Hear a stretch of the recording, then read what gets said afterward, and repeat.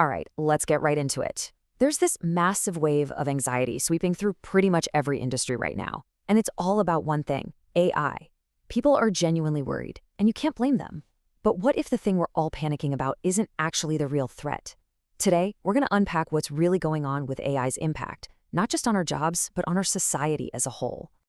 And this quote, this right here, is the whole idea in a nutshell. It just completely flips the script on the typical doom and gloom narrative. See, the fear isn't about some super intelligent robot becoming your new boss.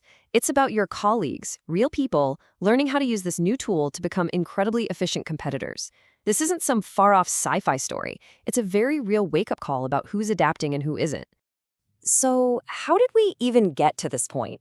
I mean, this overwhelming sense of panic, it feels like it just appeared out of nowhere. Let's take a look at the timeline. You know what's so wild about this is the speed of it all. AI has been quietly weaving its way into our lives for years, through things like social media algorithms, but the source material points to March of 2025 as the moment everything shifts into high gear. It suggests that's when we hit this insane exponential curve of innovation. And that's why this whole threat feels so sudden, so overwhelming, and so real. Okay, so this brings us to the most important part of this whole explainer. If we're not supposed to be afraid of an army of robots, what should we be worried about? And this, right here, illustrates the difference perfectly. We're all picturing something like Skynet from the Terminator, right? But what we should be picturing is our coworker who can now do their entire job, and probably a few parts of yours, in half the time. The threat isn't the tool itself. It's the person who masters that tool while everyone else is still debating it. The competition? It's still human. So, who's actually the most at risk here? Well, the source has a great term for this: the truly replaceable employee. And it's not the person who refuses to use AI. It's the person who uses it passively. It's kind of like those stories about remote workers who used gadgets to keep their mouse moving so they looked active. If you're just outsourcing your thinking to AI without adding your own value, you're basically making your own skills obsolete. You're becoming the part of the process that can easily be cut out. Okay, so that's the threat. And yeah, it might sound a little bit grim, I get it. But here's the good news. There is a really clear path forward. So consider this your personal wake-up call. The big message here is all about urgent optimism.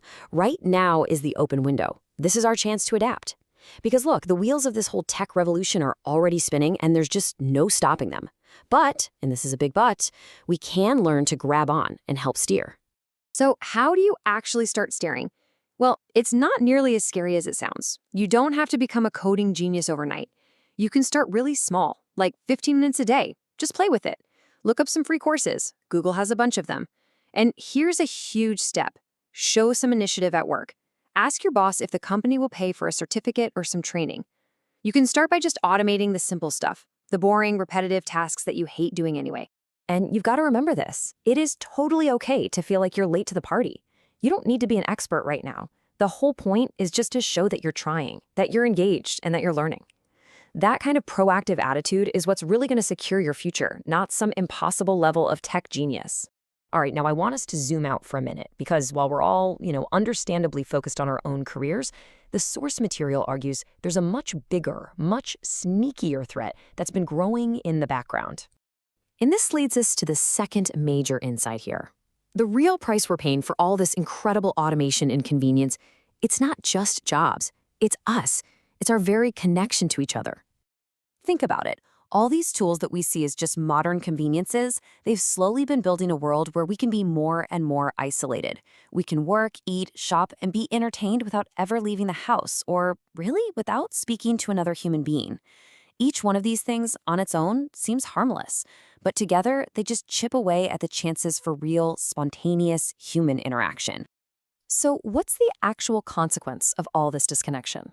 Well, it brings us to a very stark, very cold number: 2.1. For any population anywhere to simply sustain itself, not grow, just sustain, it needs a fertility rate of 2.1 births per woman. That's the break-even point for survival. Now, look at this. The source projects that by 2025, the U.S. fertility rate is going to drop to 1.79. That is way below the replacement rate. And the argument is that this is not a coincidence. It's a direct result of a culture that's starting to value convenience over connection, which leaves a lot less room for the random, messy human encounters that actually build relationships and families. And if you want some sobering historical context, here it is. This isn't just some demographic dip we can bounce back from.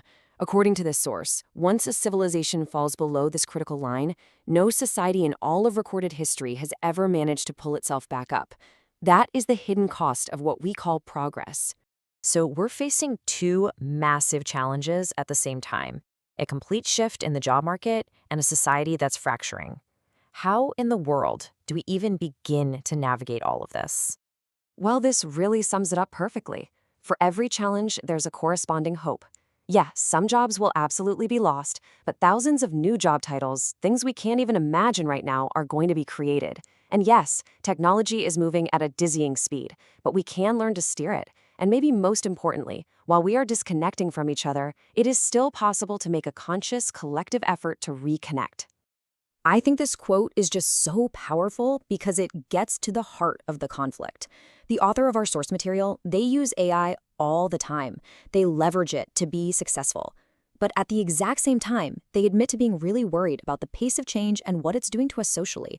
And it's a great reminder that you can use a tool without blindly cheering for everything that comes with it.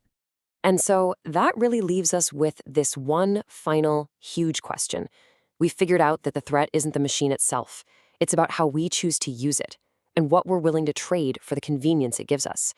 The real challenge ahead isn't just about learning new job skills, it's about actively safeguarding our own humanity.